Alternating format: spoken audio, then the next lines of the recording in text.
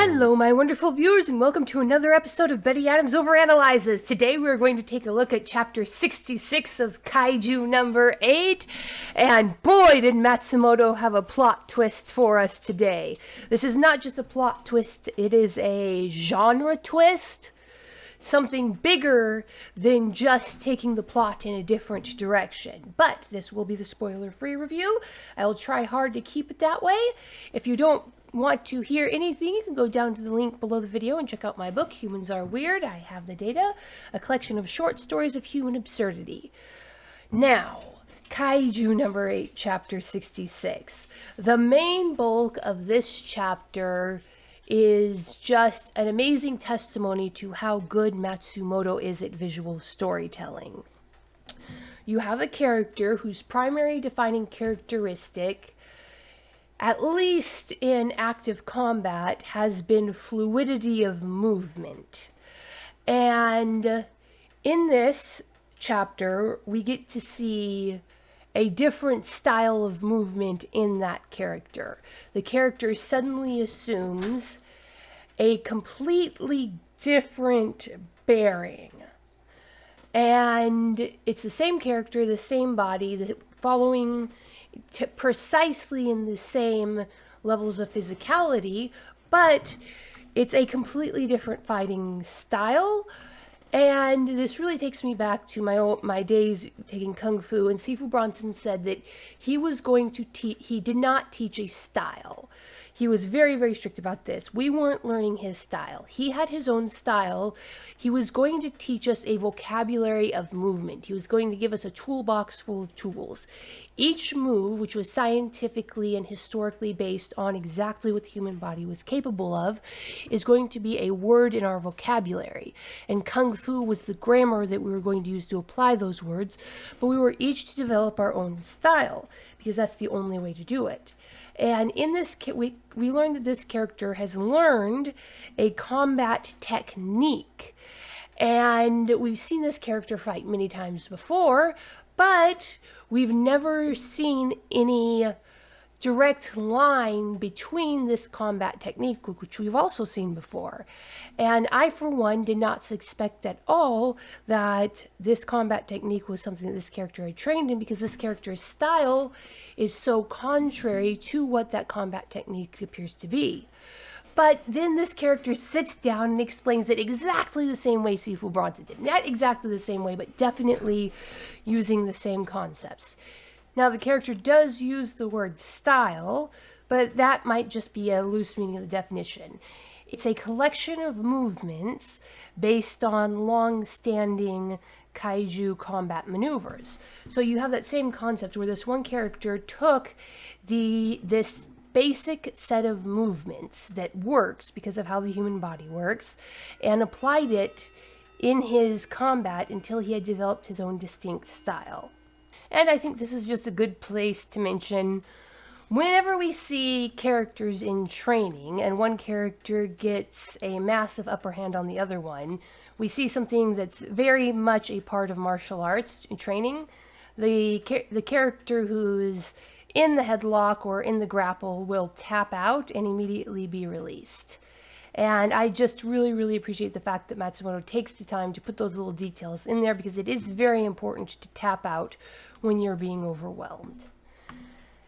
And again, there's really no there's no perfect place to shove this in, but the art style, the art quality, not the art style, just the pure technical drawing skills. Some of the hands in these images could be anatomical drawings in a textbook. They're just that good.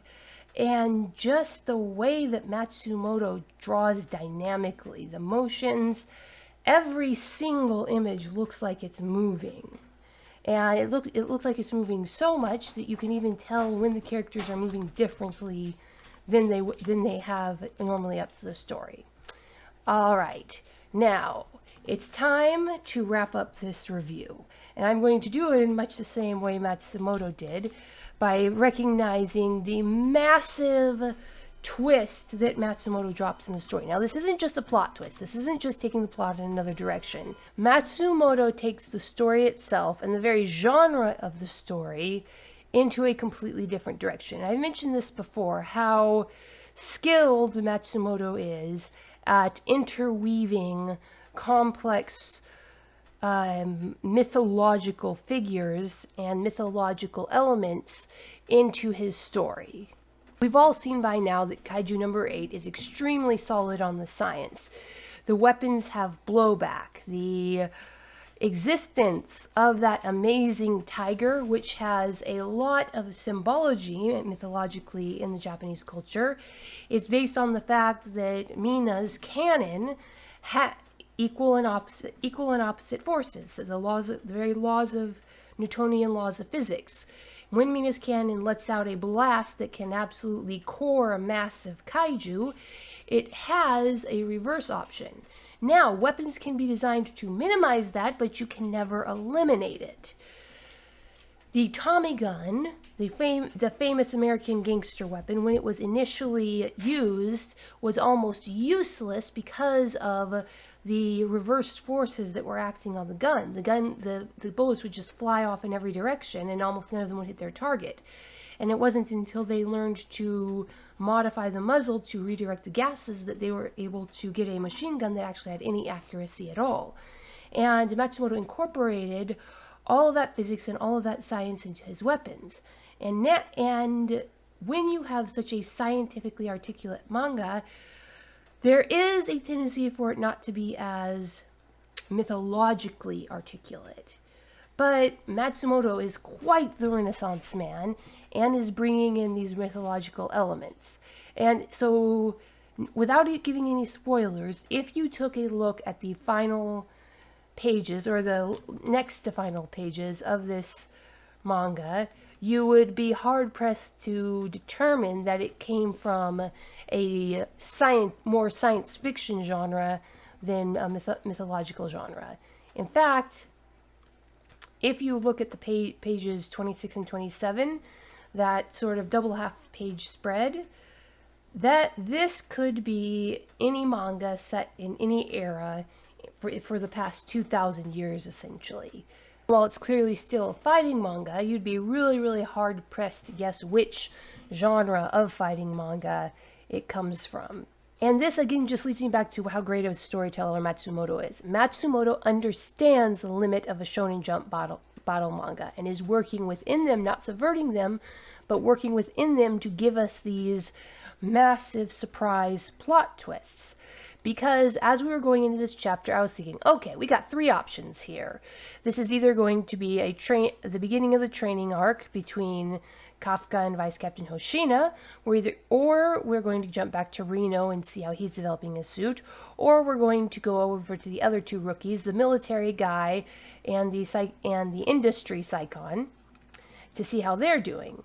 And okay, and I had in my mind a very clear predisposed image of what was going to happen. And yet Matsumoto, while actually staying within that image, took it on a plot twist that caught me entirely off guard. What do you think, my wonderful viewers? Were you as caught off guard by I was by the introduction of this character that absolutely warps the genre of Kaiju number 8, which up till now has been a 10 minutes in the future science fiction manga? Well, what do you think is the new genre? Are we going to stay solidly in the science fiction? Is Matsumoto going to genuinely introduce supernatural elements? What do you think? Tell me below. Are we going supernatural or staying science fiction? Hit that like and subscribe button, and peace out, my wonderful viewers. Humans are weird. We took a vote, and humans are weird. I have the data. 2 books in a series of human absurdity. Go check out these short story collections. What will our little green friends think of us when we finally do make it to space? Find out the answer in 2 books of human absurdity.